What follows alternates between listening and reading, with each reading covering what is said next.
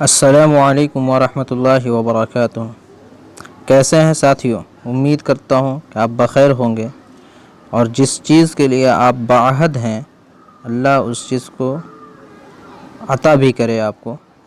तो चलिए आज मैं सीटेट जो 2020 में होने वाला है जून के अंदर, उसकी तैयारी की शुरुआत करने वाला हूँ।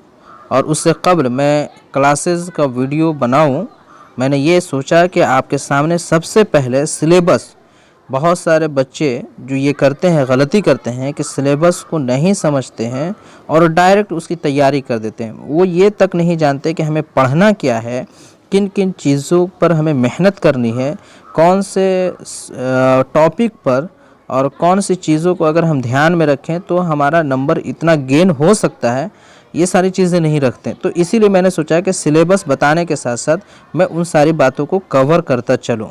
तो सबसे पहले मैं ये बता दूं कि हम लोग सीटेट के नाम से तो जानते हैं कि सीटेट का एग्ज़ाम देना है, लेकिन बहुत सारे बच्चे जो उर्दू ज़ुबान लिए होते हैं उनको ये भी ख़बर नहीं होती है कि सीटेट का उर्दू में हम क्या कहते हैं। तो सबसे पहले मैं ये आपको बता दूं कि सीटेट जो हमारा है उसे उर्दू ज़ुबान के हम कहते हैं मरकज़ी मुअल्लिम अहलियती इम्तिहान, क्योंकि सीटेट का मतलब होता है सेंट्रल टीचर एलिजिबिलिटी टेस्ट, से उर्दू में हम कहते हैं मरकज़ी मुअल्लिम अहलियती इम्तिहान, यानी कि जो है ना मरकज़ी सेंट्रल जो टीचर होते हैं उसके अहल के लिए इम्तिहान देना, ये सीटेट कहलाता है। इसके अंदर हमने सारी चीज़ों को कवर करने की कोशिश की है कि जो भी और अदर टेट के एग्ज़ाम होते हैं, जैसे के टेट है, आपका एच टेट है, दिल्ली का टेट है, या एस टेट होता है, पूरे तौर पर अगर ले लें तो इन सारे का सिलेबस लगभग मिलता जुलता है और सबों की तैयारी लगभग एक जैसी होती है और कुछ चीज़ें आगे पीछे हो जाती हैं, समझ गए, उसे अलग से देखने की ज़रूरत है।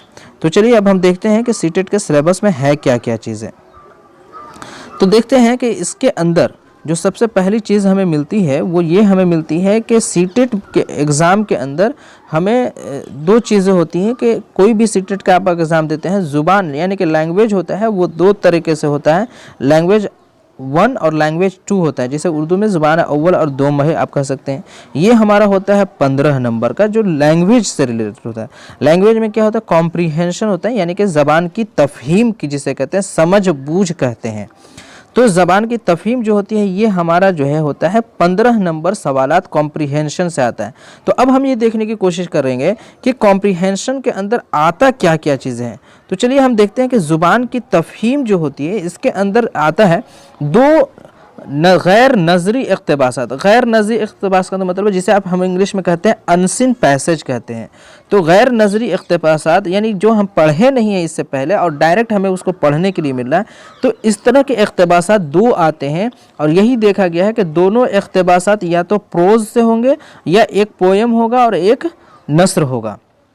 प्रोज पोएम, उर्दू में नस्र और नज़्म आप कह सकते हैं। जो ये आपका इक़्तिबासात आएंगे वो किस तरह के होते हैं, तो वो 4 तरह के हो सकते हैं। इस्तिदलाली हो सकता है, अदबी हो सकता है, साइंसी हो सकता है, वज़ाहती हो सकता है। जिसे आप इंग्लिश में कह सकते हैं लिटरेरी हो गया, डिस्क्रिप्टिव हो गया और साइंटिफिक हो गया। तो ये सारे इस तरह के पैसेजेस दिए जाते हैं और इसी से सवालात 15 बनाए जाते हैं। और वो सवालात होते हैं जिसमें जो है ना आप टेक्स्ट बुक को यानी कि उस इबारत को आप कितना समझ पाते हैं उस पर होता है।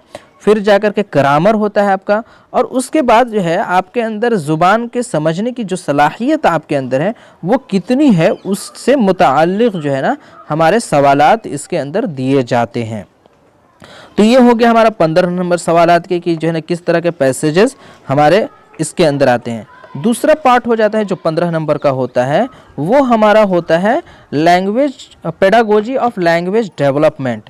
लैंग्वेज डेवलपमेंट करने का जो पेडागोजी है, नशोनुमा की जो तदरीस है, तरीक़ाकार है, ये 15 नंबर का होता है। इसमें 9 पार्ट 9 हिस्से शामिल होते हैं।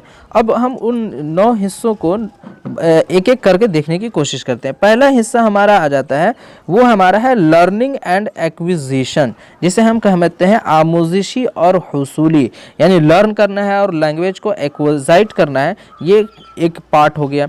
दूसरा पार्ट हमारा है वो है तदरीस ज़ुबान के उसूल व नज़रियात, जिसे इंग्लिश में आप कहते हैं प्रिंसिपल्स ऑफ लैंग्वेज टीचिंग, यानी लैंग्वेज जो पढ़ाने के प्रिंसिपल्स हैं, उसूल हैं, नज़रियात हैं, वो कितने तरह के हैं, किस तरह के हैं, इनके में किन लोगों की किस तरह की फ़िक्र है, ये सारी चीज़ें इसमें डिस्कशन की जाती है।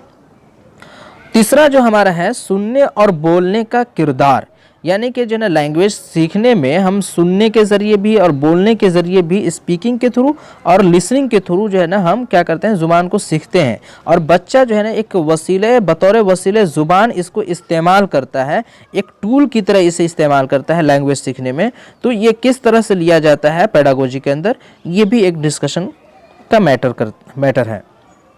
चौथा हमारा है ज़ुबानी और तहरीरी तौर पर ख़यालात की तरसील के लिए ज़ुबान की आमोजिश में क़वायद के किरदार का तनक़ीदी पहलू, यानी कि ज़ुबानी और तहरीरी तौर पर लैंग्वेज जो होती है इसके ख़यालात जो एक जगह से दूसरी जगह तरसील करता है, पहुँचती है ज़बान को आमोजिश करने में, तो जो क़वायद का किरदार है वो तनक़ीद का पहलू होता है।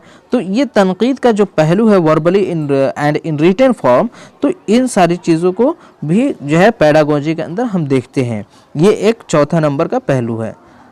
चलिए पांचवा हमारा है कसीर लिसानी जमात में ज़ुबान की तदरीस के मसाइल, यानी कि जो है ना बहुत सारे ऐसे बच्चे हैं जो एक क्लास के अंदर बहुत सारे ज़ुबानें को जानने वाले बच्चे हैं और वहाँ पे पढ़ रहे हैं, एक साथ पढ़ रहे हैं, तो वहाँ पे बहुत तरह की पेचीदगियाँ आ सकती हैं। वो पेचीदगियाँ इस तरह की आ सकती हैं कि कोई मलयालम बोल रहा है तो कोई तमिल बोलता है, कोई उर्दू बोल रहा है तो हिंदी बोल रहा है, कोई इंग्लिश बोल रहा है, कोई फारसी बोल रहा है। तो यहाँ पर क्या है ना कि एक दूसरे की बात को समझने में दुश्वारी हो सकती है, पेचीदगियाँ हो सकती है, गलतियाँ हो सकती है, कमियाँ हो सकती है। तो इन सारों को पेडागोजी के अंदर किस तरह से लिया जाता है, ये इस पे भी बहस की जाती है। अगला है हमारा ज़ुबान की तफ़हीम और सलाहियत का अंदाज़ा क़द्र करना, यानी ज़ुबान आप कितना समझते हैं और उस ज़ुबान के अंदर कितनी सलाहियत है, इस चीज़ को जानना, अंदाज़ा क़द्र करना कि एक बच्चे के अंदर लैंग्वेज का समझने की कैपेसिटी क्या है और लैंग्वेज के बारे में उसके अंदर कितनी एबिलिटी है सुनना, बोलना, पढ़ना और लिखने के ज़रिए। तो ये भी एक पहलू है पेडागोजी ऑफ लैंग्वेज टीचिंग का। चलिए तो अगला हमारा है 7वें नंबर पे जो है वो है तदरीसी आमोजिशी मवाद, यानी कि तदरीस करने के लिए जो मवाद हो सकता है, सीखने का जो सोर्सेज आप कह सकते हैं, रिसोर्सेज कह सकते हैं क्लासरूम के अंदर, तो वो क्या क्या है उन चीज़ों से मुताल्लिक़ भी इसमें बात की जाती है। फिर है हमारा 8वें नंबर पे है वो ज़ुबानी महारतें हैं, यानी कि लैंग्वेज स्किल्स आपके अंदर किस तरह की है, इस चीज़ को भी परखने की ज़रूरत पड़ जाती है उसमें। फिर है इस्लाही तदरीस, मसलन अगर कोई एक मेथड टीचिंग का चल रहा है तो क्या उसके अंदर तब्दीली की जा सकती है, उसके अंदर इस्लाह की ज़रूरत है, उसके अंदर इम्प्लीमेंट की, अलग चीज़ों की इम्प्लीमेंट की ज़रूरत है। तो इन सारी चीज़ों से मुताल्लिक़ जो है ना ये 9 चीज़ें जो थी, इन सारी चीज़ों से मुताल्लिक़ जो है ना पेडागोजी के अंदर शुमार किया जाता है और इसी से मुताल्लिक़ हमारे इम्तिहानात के अंदर सवालात बनाए जाते हैं। तो मैं उम्मीद करता हूं साथियों कि अगर आप इसी पैटर्न पर अगर आपकी तैयारी होगी तो जो है आपको इम्तिहान पास करने में आसानी होगी। बसा औक़ात जो बच्चों को दिक्कतें सामने आती हैं, दिक्कतें वो इस तरह की दिक्कतें होती हैं कि बच्चे जो है पेडागोजी को पढ़ते ज़रूर हैं, समझते भी हैं, बहुत अच्छा करते हैं, लेकिन उनकी तैयारी जो है ना एक सही तरीके से वेल मैनेज्ड नहीं होती है, जिसकी वजह से वो क्वालिफाई करने से चूक जाते हैं। तो मैं और उन बच्चों को स्पेशली तकलीफ़ ज़्यादा होती है जो 1 नंबर और 2 नंबर से पीछे रह जाते हैं। तो चलिए नाज़रीन, अगर आप इस बात के लिए डिटरमिन्ड हैं और अहद हैं, कर चुके हैं कि हमें सीटेट क्वालिफाई करना है, तो आइए हमारे चैनल के साथ जुड़िए और मैं उम्मीद करता हूँ कि इंशाअल्लाह अल्लाह आपको कामयाबी ज़रूर देगी और आप अपनी मेहनत को इसी तरह जारी रखें। तो चलिए इसी के साथ अल्लाह हाफिज़। अगर आप मेरे चैनल पर नए हैं तो सब्सक्राइब करें और अगर ये वीडियो अच्छी लगी हो तो लाइक करें।